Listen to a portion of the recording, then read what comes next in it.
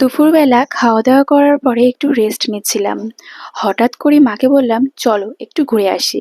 আজকের ওয়েদারটাও বেশ দারুণ, কিন্তু মাঝের মতোই বৃষ্টি নেমে আসে। কিন্তু কার সাথ দিয়ে আছে আমাকে আটকানোর? ইচ্ছে হয়েছে তাই চলে এসেছি। চলে আসলাম বিশালে।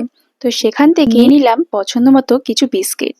এই জায়গাটাতেই আমাকে আটকে ফেলে। যতই ভাবি কিছু নেব না, কিন্তু তাও কিছু না কিছু ঠিক পছন্দ হয়ে যায়।